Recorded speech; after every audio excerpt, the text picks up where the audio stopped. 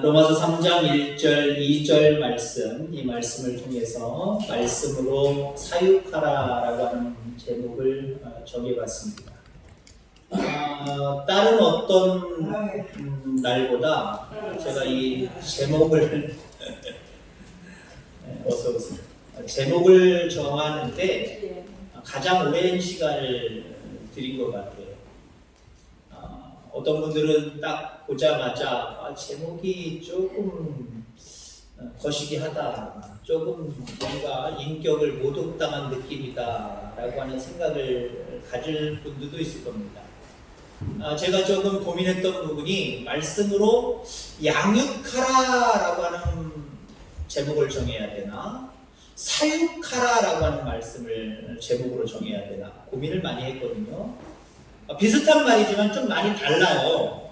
사육이라고 하는 것은 짐승을 기르는 것을 얘기하는 거고요. 양육이라고 하는 것은 아이를 잘 자라도록 돌보는 것, 보살피는 것, 이걸 양육이라고 합니다. 근데 말씀으로 사육하라. 근데 여기 사육의 대상은요, 양육의 대상은요, 여러분들 자신이에요. 여러분들 자신. 그러면 사람이니까, 내가 사람이잖아요. 여러분 사람이잖아요. 나 자신을 말씀으로 양육하라. 사람이기 때문에 양육이라는 단어가 더 맞는 단어이지만 저는 사육하라라고 하는 제목을 정해봤습니다. 사실 우리가 누군가가 저한테 예를 들자면 식사하셨어요? 라고 질문을 하면 예, 제가 저보다 예를 들어서 뭐 나이가 많으시든지 적으시든지 제 입장에서 말할 때는 예, 밥 먹었어. 그래, 밥 먹었어. 그렇게 얘기하지. 특히 나이 어르신 분들한테 나 진지 드셨어요? 라고 얘기하지 않잖아요. 그죠? 자기를 약간 이렇게 내리잖아요. 자신을 말씀으로 키워야 된다. 이 말씀을 드리면서 저는 사육하라라고 하는, 조금은 기분 나쁘시겠지만 이런 말씀으로 함께 말씀을 나누고자 합니다. 그리고 이런 제목을 정한 배경 속에는요, 도입 부분에서 좀 강한 제가 마음이 끌려서 제목을 이렇게 정해봤어요. 요즘 많은 사람들이 살기 좋아져서 그런지 모르지만 옛날보다 짐승들을 키우는 사람들이 상당히 많아졌어요. 그리고 짐승을 키우는 목적이 달라요. 이번 주에 초복이라고 그랬나요, 사모님? 이번 주에 초복이 껴있답니다. 초복하면 여러분 뭐 생각나십니까? 몸보신. 그래서 여러분 상상하는 짐승들 몇 가지가 있지요. 옛날엔 그런 용도로 많이 짐승들을 키우기도 했어요. 식용으로 많이 키웠다라고 하는 거죠. 요즘은 개념들이 많이 바뀌었습니다. 식용이라기보다는, 그리고 내가 키우다가 존재적인 목적으로 키울 때는요, 애완동물이 되는 거예요. 애완동물이요. 도구적 관념이에요. 도구적 관념. 그러니까 내가 필요할 땐 가지고 있다가, 도구적 관념은 어떤 또 모습이 있냐면 내가 가지고 있다가 필요 없으면 그냥 내다 버리면 그만인 겁니다. 요즘 유기견들 많죠. 개로 얘기하면 유기짐승들. 처음에는 막 좋아가지고 내가 키우는데 나중에는 내가 실증나서 스스로 버리는 거예요. 우리 아이들이 다 그렇습니다만 우리 하은이도 개를 참 좋아해요. 자꾸 개 키우자. 짐승 다 좋아하는데 개 키우자. 저는 개 키우는 거 정말 싫어합니다. 키워도 바깥에서 키우는 것도 그렇게 좋아하진 않아요. 왜? 제가 목회자이기 때문에 바깥에다 키우면 소리 시끄럽지요. 냄새 나지요. 이거 교인들한테 여러 가지로 좋은 영향을 끼치지 않아요. 집에서 키우는 거 이건 더 싫어합니다. 혹시 여러분들 중에 품종 좋은 개가 있는데 안 짖고 안 싸고 물어뜯지 않고 그런 게 있으면 혹시 분양하실 수 있으면 분양해 주시기 바랍니다.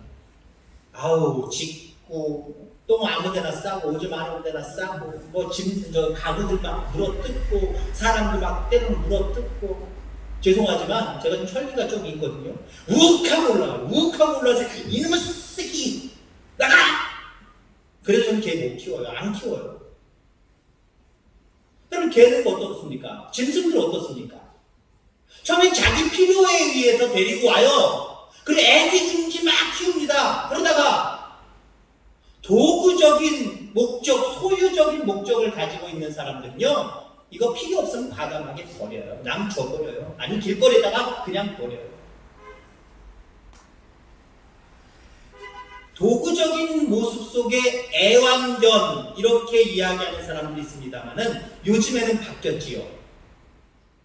반려동물입니다. 반려동물. 반려라고 하는 말이 뭐예요? 나와 더불어 함께 사는 존재예요.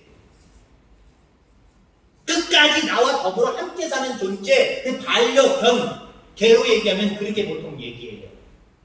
그 개를 애완동물로 키우다가 어떻게 버리는 사람들 있잖아요. 이런 사람들, 반려견의 개념을 가진 사람들한테는 혐오스럽죠. 어떻게 짐승을 저렇게 할 수가 있어? 라고 이야기를 합니다. 자, 그래서 여러분들 짐승을 키우는 사람들은요, 반려동물이라고 하는 개념을 가지고 정말 잘 키워요. 자기와 함께 더불어 존재하는 그 존재론적인 모습으로 가지고 있기 때문에 잘 키웁니다. 어쩌면 죄송한 표현이지만 짐승 팔자들이 사람 팔자보다 더 좋을 때가 있어요. 여러분들 짐승 호텔 있는 거 아십니까? 저도 들어만 보고 뉴스에서만 봤어요. 하루에 수만 원 내지는 수십만 원짜리 호텔이 있어요. 내가 어디 휴가 가는데 이 짐승 가져가지 못하니까 돌봐줄 호텔에다가 며칠 맡기는 거예요. 요즘은 또 어떻습니까? 펜션이나 이런 데 보면은요, 반려동물 함께 오는 걸 권장을 해요. 그래서 아예 반려동물이 오면 잠잘 수 있고 놀 수 있고 먹을 수 있는 거 이런 거 다 준비해 놓는 그런 숙박시설 많습니다. 데리고 오라는 거예요. 놓고 오면 못 오니까 우리 이런 특성화된 펜션이다, 특성화된 숙소다. 그래서 아예 데리고 오라는 거예요. 참 그래서 죄송한 표현이지만 요즘 짐승 팔자가 웬만한 사람의 팔자보다 더 좋지 않은가 이렇게 생각이 되어집니다. 자, 동물도요, 사육하려면 잘 키워야 됩니다. 같이 계속 더불어 있으려고 하면 잘 키워야 돼요. 자, 그런데 사람에게 가장 중요한 사육이라고 하는 표현을 제가 썼습니다만은 사육의 대상은 무엇일까? 짐승일까? 아니면 우리는 다른 사람에게 방해해서 그러면 안 돼! 자기에게 필요한 사람으로 양육하려고 그렇게 만들려고 다른 사람에게 우리는 무리하게 무엇인가 요구하지 않습니까? 나보다는 다른 사람, 나보다는 다른 것에 초점을 맞출 때가 참 많이 있는데 여러분들 무엇보다도 여러분들 자신을 잘 양육하고 사육하시기를 주의 축원합니다. 여러분들을 잘 키워야 된다는 거예요. 오늘 오후에는 성장에 대한 이야기를 하겠습니다만은 하나님이 기뻐하시는 성장의 모습으로 여러분들 자신을 다스릴 수 있어야 돼요. 키울 수 있어야 돼요. 보살필 수 있어야 돼요. 여러분 그 중에 여러분들 몸도 있고 마음도 있고 영도 있다라고 합니다. 여러분 자기 자신을 잘 보살피고 잘 양육할 때 여기서 양육을 표현을 쓸게요. 또 사육이라는 표현을 제가 나올 수도 있겠습니다만은 그럴 때 행복이 찾아오는 거예요. 근데 우리는 보통 나를 잘 다스릴 것에 대한 관심은 없고요. 내 주변에 있는 사람들을 죄송한 표현이지만 잡으려고 하잖아요. 그래야 내가 편해, 그래야 내가 행복해. 그리고 다른 짐승이든 사람이든 나 외에 다른 것들을 딱 잡으려고 하죠. 내가 필요한 모습으로 그렇게 교육을 시키려고 할 때가 참 많이 있어요. 그런데 여러분 무엇보다도 행복의 조건은요, 자기 자신을 잘 양육하고 자기 자신을 잘 스스로 사육할 수 있는 그런 사람들, 거기에 진정한 행복이 있다라고 하는 사실 여러분 기억하기를 주의 이름으로 축원합니다. 자신을 잘 사육해야 하는데 먼저 여러분들 몸을 잘 사육할 수 있기를 바랍니다. 물론 이 부분에 대해서는 저도 자신 있게 이야기할 수는 없어요. 여러분들 몸을 잘 사육을 해야 돼요. 몸을 잘 사육을 하려면 두 가지가 있습니다. 여러 가지가 있겠지만 두 가지가 있어요. 잘 먹어야 되고 운동 잘해야 돼요. 그래서 제가 할 말이 없다는 거예요. 먹는 것도 잘 먹어야 되지만 때로 절제할 때 절제할 수 있어야 되는데 그렇게 안 보이죠? 그러니까 이거는 지나가는 얘기로 들으시기 바랍니다. 여러분들에게 나처럼 해봐라 요렇게 라고 강하게 여러분들에게 뭔가 권면하고 이야기할 수 있는 거리는 아니에요. 아무튼 우리가 자기 자신을 잘 사육하려고 할 때 몸도 잘 사육해야 된다는 거예요. 몸도 잘 돌봐야 된다는 거죠. 마음도 마찬가지입니다. 여러분들 마음을 잘 돌보시기 바랍니다. 그럼 마음은 어떻게 잘 돌볼 수 있을까요? 많은 사람들이 그렇습니다. 독서를 많이 해야 됩니다. 좋은 책들을 많이 읽어야 마음의 양식을 쌓는 것이기 때문에 마음이 제대로 온전한 마음을 가질 수 있다. 이렇게 이야기를 합니다. 자, 그런데 여러분들 몸도 잘 사육을 해야 되고 우리의 마음, 자기 자신의 마음도 잘 사육을 해야 되지만 가장 중요한 게 있어요. 앞서서 이야기했죠. 우리의 영혼을 잘 사육을 해야 돼요. 우리의 영을 잘 사육을 해야 된다라고 하는 사실입니다. 나 자신에게 가장 큰 영향을 미치면서도 나 자신도 모르는 영역 속에 숨어 있는 것이 무엇이냐? 우리의 영이에요. 몸은 내가 알아요. 금방금방 알아요. 아침마다 새벽 예배 마치고 나서 하은이 학교 가기 전까지 저희 두 사람이 걸어갔다 와요. 운동을 해요. 전 별 관심이 없는데 우리 집사람은 저를 늘 거기다 보고 걷다가 올라갑니다. 운동 전에 올라가고 운동 갔다 와서 올라가고 혹시 화장실 갔다 오면 또 줄었을래나 화장실 갔다 와서 올라가고 저는 별 관심 없는데 저도 올라가 봅니다. 올라가 봐요. 민감하죠. 그리고 알아요. 금방금방 데이터를 통해서 알아요. 어머나 아까 좀 전에 많이 먹었더니 몇백 그램이 더 나갔네? 금방 여러분 몸의 상태는요 금방 알아요. 마음의 상태도 여러분들 금방 알 수 있어요. 마음의 상태도 여러분 금방 여러분들 스스로가 진단할 수 있어요. 근데 영의 상태는요 진단하기가 참 힘들어요. 진단하기가 참 힘들어요. 착각할 때가 많아요. 나는 영은 참 건강해. 하나님 앞에서 나는 정말 떳떳하고 참 건강해 라고 이야기하지만 하나님이 어떻게 평가하실지 그건 모르는 일이고요. 우리가 잘못된 스스로의 평가를 영적인 부분에서 가질 수 있다는 거예요. 내가 왜 그런지도 모르고 그렇게 행동하게 되는 경우들이 상당히 많이 있습니다. 그렇게 하는 것이 아닌 줄 알면서도 그렇게 반응하는 경우들이 있습니다. 왜 그런지 아십니까? 내 자신을 모르기 때문에 그래요. 특별히 영적인 부분을 내가 내 스스로가 알 수 없기 때문에 그래요. 나도 모르게 나에게서 나오고 나에게서 나와서는 다른 사람에게도 지대한 영향을 끼치고 있다라고 하는 거예요. 여러분 사탄은요 우리가 틈만 보이면 우리 안에 나도 모르는 감정과 생각을 집어넣어서 결국 죄짓게 만들고 영적인 영향을 싹 빼버립니다. 하나님과 관계없는. 그래서 하나님 앞에 심판받을 그런 존재로 만든다라고 하는 거예요. 요한복음에 보면은 13장에 가룟 유다 이야기가 나옵니다. 가룟 유다가 예수님을 팔 생각이 그 마음속에 들어가 있었습니다. 유다가 예수님을 팔려고 하는 거 처음부터 알았을까요? 몰랐습니다. 마귀가 주는 생각이 자신의 생각이라고 어느 순간 들어가기 시작을 한 거예요. 아, 예수님이 지금 뭔가 그 위치가 불안해. 예수님을 미워하는 무리들이 너무 강력하고 그들로 인해서 어떻게 될 수도 있을 것 같아.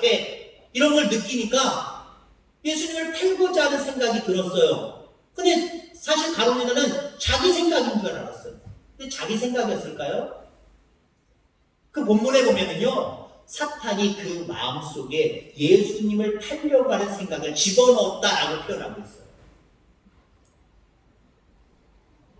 그 영이 건강하지 못했기 때문에 그 영을 그 스스로가 잘 사육하지 못했기 때문에 그 틈을 사탄이 노려서 예수님을 팔려고 하는 그 마음을 집어넣은 거예요. 결국 어떻게 됩니까? 예수님을 팔게 만들었고요. 마지막에는 비참하게 마지막 최후를 맞이하는 가룟 유다의 모습을 보게 됩니다. 이거 누가 이렇게 했어요?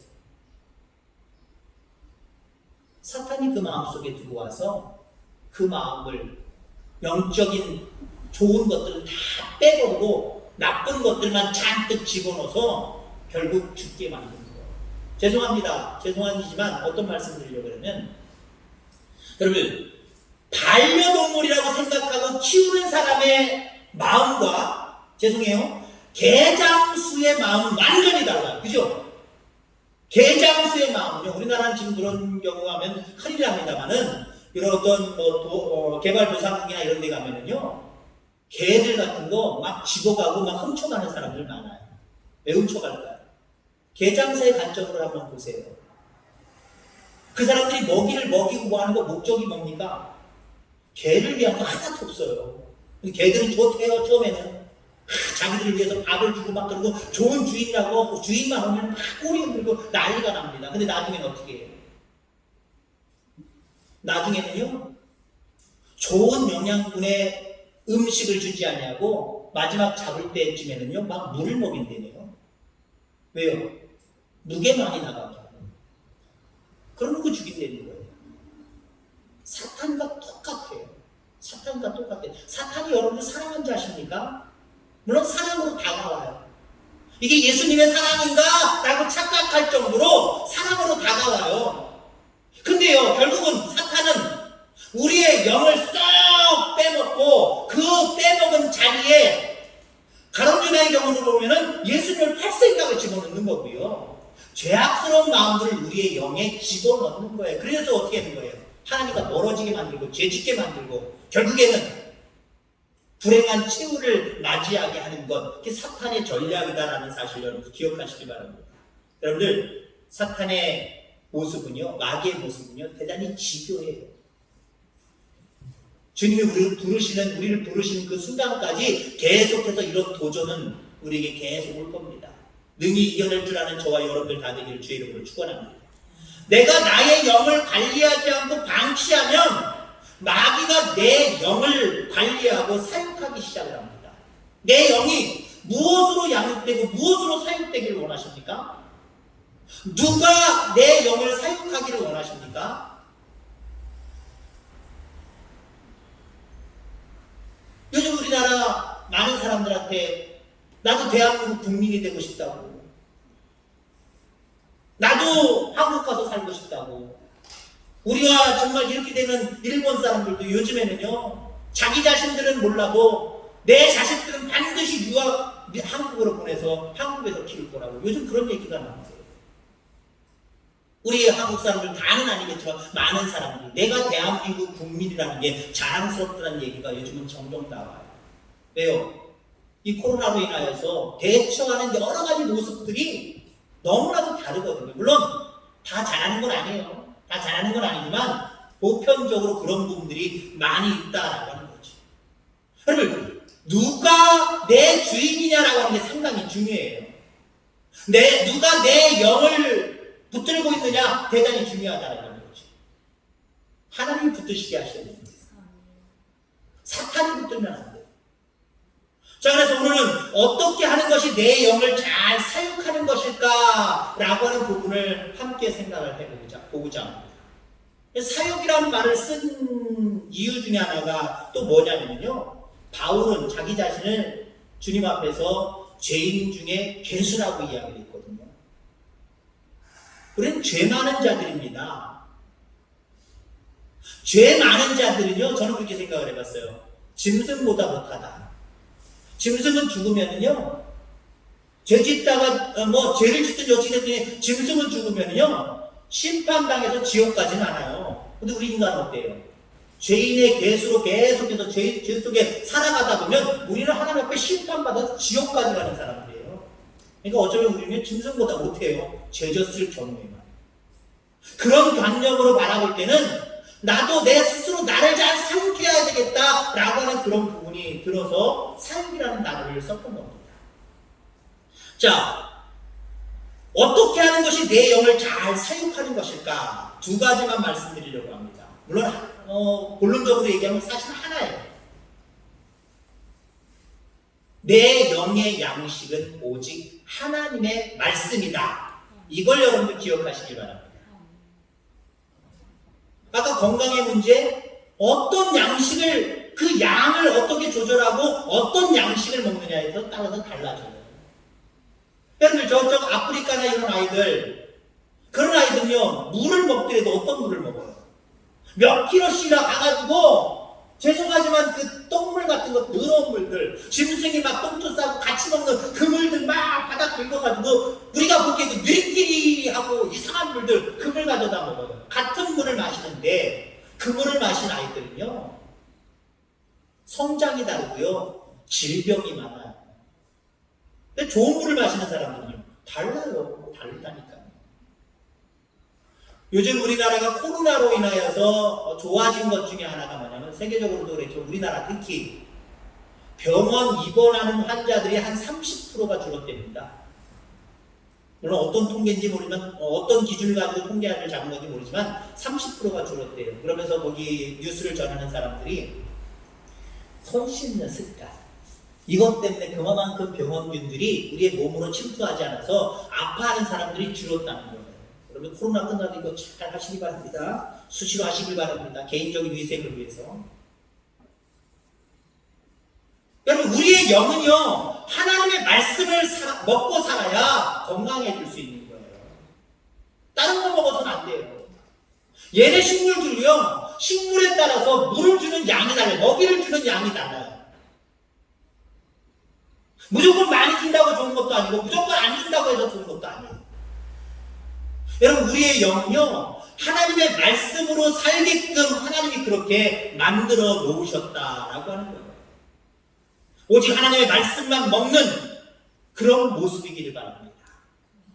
마태복음 7장 24절 이후에 보면, 누구든지 나의 이 말을 듣고 행하는 자는 그 집을 반석 위에 지은 지혜로운 사람 같으니, 튼튼하다는 거죠.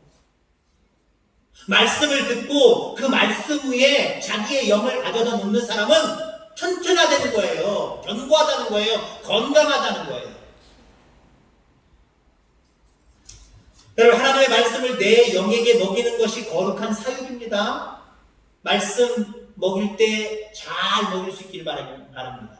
어쩌면 우리는 하나님의 말씀을 먹어야 되는 입장으로 바라보면요 콩나물씨를 좀 생각하시기 바랍니다. 양식이 많이 필요한, 여기 보면은 선인장 같은 거는요 일주일, 이주일 물 안 줘도 돼요. 한 달 어떤 때는 물 안 줘도 된답니다.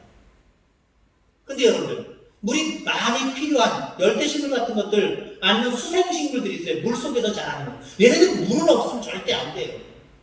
여러분 콩나물 키우실 때 콩나물에 물을 얼마나 주십니까? 일주일에 한 번 주십니까? 2, 3일에 한 번 주십니까? 한 달에 한 번 주십니까? 아니면 그냥 실내에다가 얹어놓고 덮어놓으면 그만입니까? 수시로 주죠. 수시로. 분명히 남편이 줬어요. 조금 있다가 아내가 줘요. 조금 있다 자식들도 막 줘요. 그랬다고 해서 큰일 난다 주지 마라라고 하는 사람 없어요. 그냥 내버려 두는 거예요. 이 사람도 수시로, 저 사람도 수시로 줍니다. 물이 술술술 빠져나가는 것 같지만 결국 쑥쑥쑥쑥 자라나는 모습을 바라보게 되죠. 나는 영의 양식인 하나님의 말씀 한 달에 한 번만 먹어도 돼요. 열흘에 한 번만 먹어도 돼요. 일주일에 한 번만 먹어도 돼요. 아니요. 그런 모습 속에는 여러분 콩나물 씨와 같은 모습이길 바랍니다. 나는 매일매일 하루에도 몇 번씩 말씀이 필요해요. 라고 생각하고 그 말씀을 주야로 계속해서 묵상하고 그 말씀을 가까이 하는 사람들은요 강건해질 수밖에 없어요. 쑥쑥 커갈 수밖에 없어요. 반석 위에 세운 사람들처럼 튼튼해질 수밖에 없어요. 여러분들 우리의 영의 양식은 하나님의 말씀이다 라고 하는 사실 분명히 기억하셔서 여러분들 여러분들의 영이 잘 사용되어지기를 주의 이름으로 축원합니다. 자, 같은 맥락의 모습이지만 좀 더 다른 모습으로 이야기하면요 내 영으로 말씀을 파게 만들어야 내 영이 건강해요. 말씀을 파시기 바랍니다. 오늘 본문 말씀 1절, 2절, 2절 말씀밖에 안 됩니다. 그런즉 유대인의 나음이 무엇이며 할례의 유익이 무엇이냐? 범사에 많으니 우선은 그들이 하나님의 말씀을 맡았음이니라. 유대인의 나음이 무엇이냐? 하나님이 선택한 이스라엘 백성들, 하나님이 선택한 오늘날 그리스도인들이 비그리스도인보다 나은 게 무엇이냐? 이 얘기예요. 뒤에 얘기도 마찬가지고요. 할례의 유익이 무엇이냐? 할례. 하나님의 백성이라고 하는 징표잖아요. 하나님의 백성이라고 하는 징표를 가진 내가 그렇지 않은 세상 사람들과 다른 게 무엇이냐? 많다. 근데 우선은 무엇이냐? 하나님의 말씀을 맡았다는 거다. 아멘.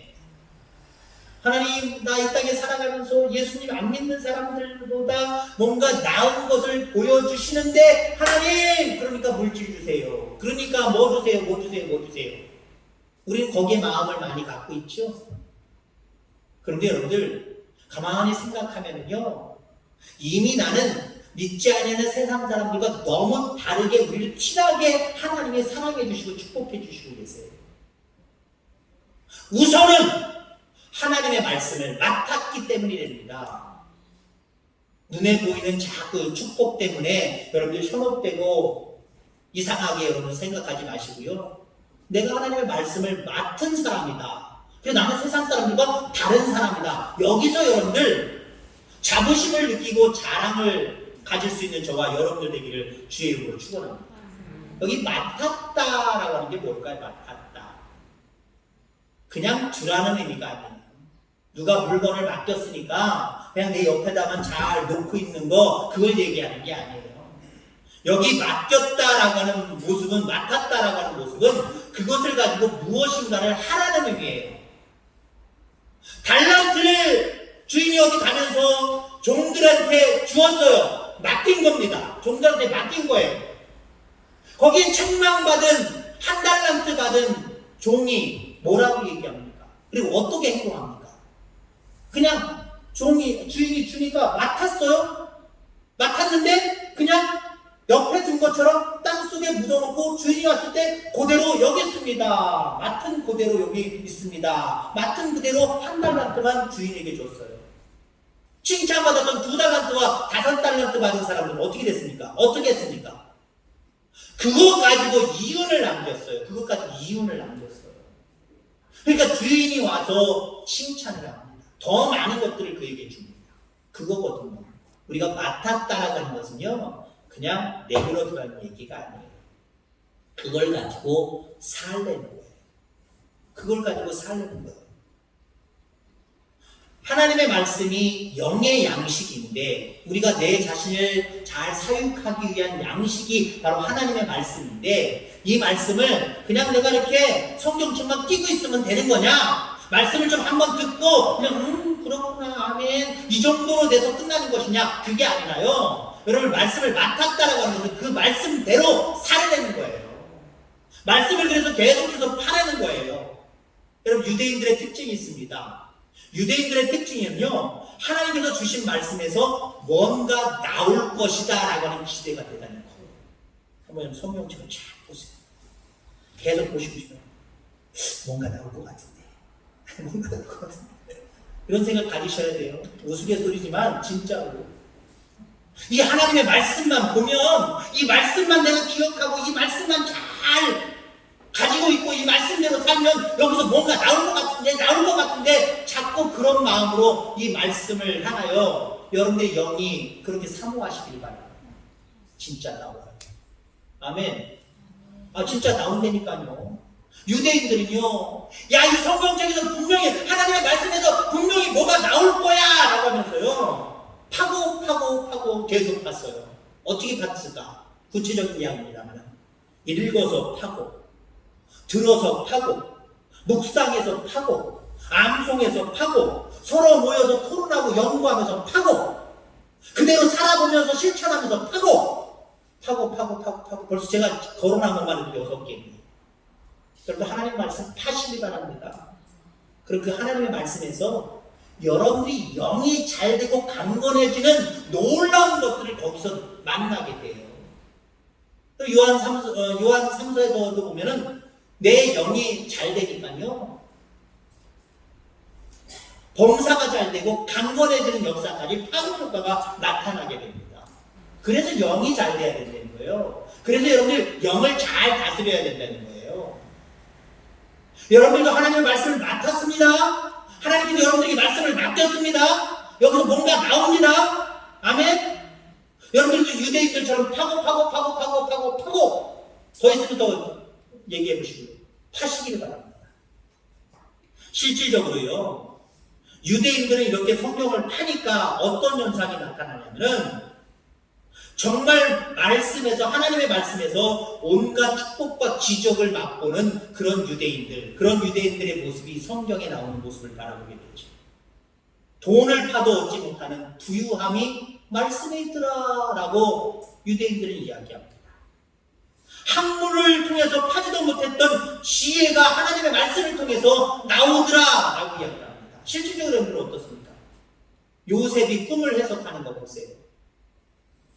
요셉의 성장 과정을 가만히 보세요. 공부 오늘날 얘기는 어디 학교 나오고 뭐 학교 줄줄이 가방끈 길었어요? 가방끈 길어 보이지 않아요. 그죠? 아버지한테 총애를 받고 채색 옷을 입고 편애를 받으면서 자라긴 자랐지만 그렇게 교육을 받은 것 같지는 않아요. 근데 보세요. 왕이 꿈을 꾸고 정말 괴로워하는데 책을 수십 권, 수백 권을 다 파서 완벽한 지식을 가지고 있었던 그 애굽의 학식 있는 사람들, 이런 사람들도요, 그 왕의 꿈을 해석할 수가 없었어요. 그 왕의 꿈을 아예 알지도 못했어요. 근데 여러분들, 하나님을 파고 하나님 말씀을 파고 팔았던 요셉은 그걸 알았어요. 왕이 꾼 꿈을 왕도 모르는, 자기 자신도 몰라서 이게 도대체 뒤숭숭한데 뭔 꿈을 꾼 거지? 대략 조금은 생각나는 것 같은데 이게 뭔 꿈이지? 도대체 어떤 의미로 이런 꿈을 주셨지? 괴로워하는데 요셉은요, 꿈도 맞춰요. 뿐만 아니라 그 꿈은 해석도 해요. 이런 꿈입니다. 그래서 그 꿈에 대한 해석, 그래서 그것을 어떻게 대비하느냐, 이런 부분까지 이야기해. 이거 어디서 나왔어요? 요셉 그 정도로 공부 안 했어요. 그 정도로 똑똑한 사람 아니에요. 근데 하나님의 말씀, 하나님이 주신, 그 당시에는 하나님이 주신 꿈 비전이죠. 이 말씀을 붙들은 거예요. 말씀을 붙들고 파고 파니까 하나님 지혜도 그 말씀을 통해서 주시더라고요. 그러니 영이 건강할 수밖에 없지. 여러분, 말씀 속에 길이 있습니다. 여러분들 영을 말씀으로 잘 먹이시길 바랍니다. 말씀 속에 여러분의 행복이 숨겨져 있습니다. 이 말씀을 통하여서 여러분들의 영이 잘 되어지는 놀라운 역사가 있기를 주의 이름으로 축원합니다. 내 영을 말씀으로 거룩하게 사육하시는 저와 여러분들 되기를 바랍니다. 잘 사육하지 않으면요, 하나님께 마지막에 도구적인 존재가 되어요. 내가 널 사랑한다 잘 키우려고 하는데 말 그대로 자기 스스로 영이 중요하지 아니하고 세상이 중요하다고 하나님을 거부하고 자기 뜻대로 자기 마음대로 죄악 가운데 살아가요. 하나님 마지막에는요, 도구적인 존재, 더 심하게 이야기하면 죄송하지만 애완견적인 모습으로 바라보시고 난 너 싫어 하고 내팽개치십니다. 그게 어디예요? 지옥이에요. 근데요, 우리의 영을 잘 관리하면 하나님은 우리를 여러분들 반려의 존재로 생각하십니다. 나와 더불어 영원히 살 존재. 그래서 너는 하나님 나라, 내 나라로 와라. 끝까지 하나님 곁에 두는 존재로 살아가게 되는 거예요. 그리고 여러분들 영을 잘 사육해야 되겠어요? 안 해야 되겠어요? 여러분들 자신을 말씀으로 잘 사육해야 되겠어요? 안 해야 되겠어요?